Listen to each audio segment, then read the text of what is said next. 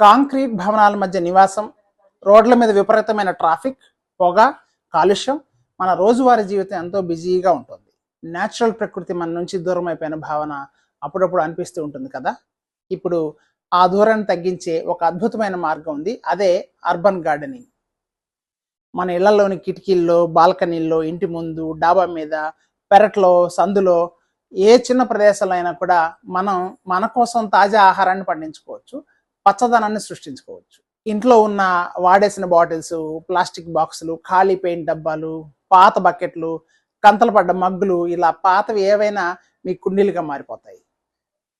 కొత్తిమీర, కరివేపాకు, వంకాయలు, టమాటాలు, మిరపకాయలు, ఇంకా బోలెడు కూరగాయలు, అట్లాగే అనేక రకాల ఆకుకూరలు చాలా సులభంగా మీ అర్బన్ గార్డెన్లో పండించుకోవచ్చు.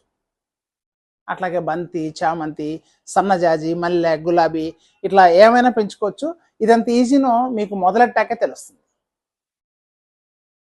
కొంచెం సూర్యరశ్మి, తగినంత నీరు, మీ కిచెన్ వ్యర్థాలతో తయారు చేసిన కంపోస్టు, రోజుకు పావుగంట శ్రద్ధ, ఇవే మీ గార్డెన్కి మీరు పెట్టాల్సిన పెట్టుబడి. అంతే, మీకు ఆరోగ్యకరమైన ఆర్గానిక్ కూరగాయలు, ఆహ్లాదకరమైన పూలు సొంతమవుతాయి.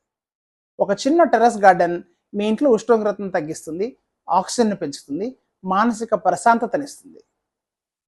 అర్బన్ గార్డెనింగ్ అనేది కేవలం హాబీ కాదు, ఇది మన ఆరోగ్యం, పర్యావరణం, అట్లాగే మన భవిష్యత్తుకు పెట్టుబడి. చిన్న కుండితో ఇప్పుడే ప్రారంభించండి, పచ్చని ఒక పెద్ద మార్పు కోసం. ఒకసారి మీరు పెంచుతున్న మీ గార్డెన్లోని ఆకుకూరతో పప్పు కానీ, కూరగాయలతో కూర కానీ వండి తింటే ఆ రుచికి మీరు పక్కాగా అడిక్ట్ అయిపోతారు.